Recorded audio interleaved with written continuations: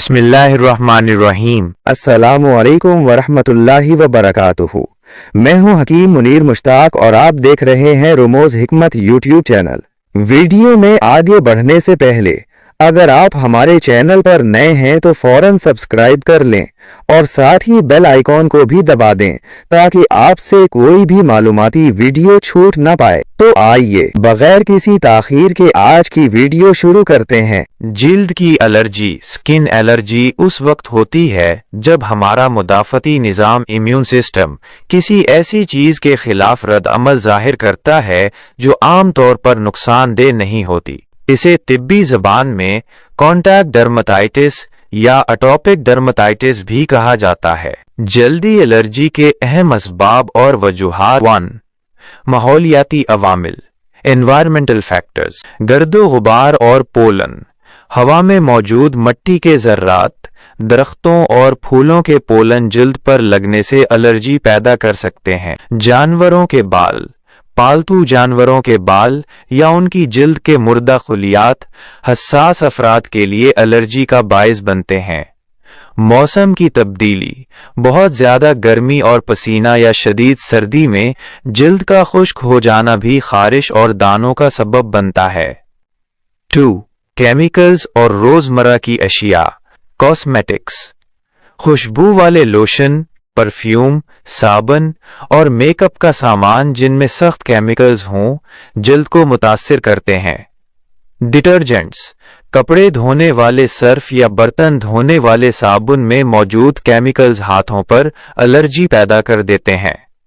دھاتیں، metals, بہت سے لوگوں کو مصنوعی جیولری، خاص طور پر نکل سے الرجی ہوتی ہے۔ 3.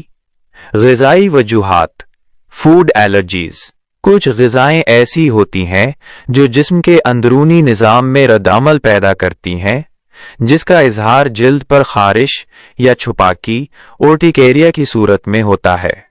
مچھلی، انڈے، مونگ پھلی، پینٹس یا دودھ سے بنی اشیاء، بعض پھل جیسے اسٹرابری یا کھٹے پھل۔ 4.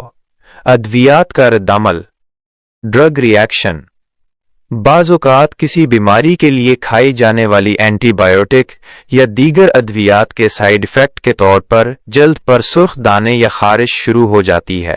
5. کیڑے مکوڑوں کا کاٹنا، شہد کی مکھی، مچھر یا دیگر چھوٹے کیڑوں کے کاٹنے سے جلد پر سوزش اور الرجی ہو سکتی ہے۔ 6. موروثی وجوہات، اگر خاندان میں والدین کو الرجی، دمہ یا ایگزیما کی شکایت رہی ہو تو بچوں میں جلدی الرجی کے امکانات بڑھ جاتے ہیں۔ بچاؤ کی تدابیر، جس چیز سے الرجی ہو، ٹریگرز، اس کی پہچان کریں اور اس سے دور رہیں۔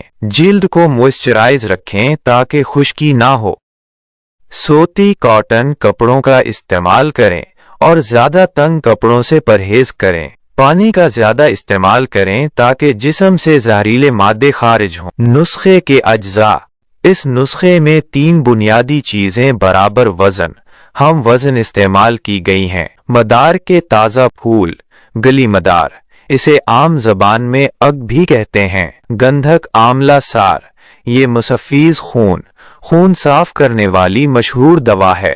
گودا تما ہنزل، یہ اپنے کڑوے پن اور جراثیم کش خصوصیات کی وجہ سے جلد کے امراض میں استعمال ہوتا ہے۔ تیار کرنے کا طریقہ، پہلا مرحلہ، سب سے پہلے گندھک اور گودا تما کو اچھی طرح پیس کر باریک پاؤڈر بنا لیں۔ دوسرا مرحلہ، اب اس پاؤڈر میں مدار کے تازہ پھول 2 کر کے شامل کرتے جائیں اور اسے کھرل پیسنے کا عمل کرتے رہیں۔ تیسرا مرحلہ، جب تمام پھول اچھی طرح مکس ہو جائیں اور ایک پیسٹ کی شکل اختیار کر لیں تو کالی مرچ کے برابر چھوٹی چھوٹی گولیاں بنا کر خشک کر لیں۔ طریقہ استعمال اور مقدار خوراک، 1 گولی صبح اور 1 گولی شام۔ طریقہ، تازہ پانی کے ساتھ لیں۔ دورانیہ، 1 سے 1.5 ہفتے کے مسلسل استعمال سے الرجی اور جلدی تکالیف ختم ہو سکتی ہیں۔ اہم نوٹ اور احتیاطی تدابیر، مدار ایک کا احتیاط سے استعمال، مدار کا پودا زہریلا ہو سکتا ہے، خاص طور پر اس کا دودھ آنکھوں کے لیے انتہائی نقصان دہ ہے۔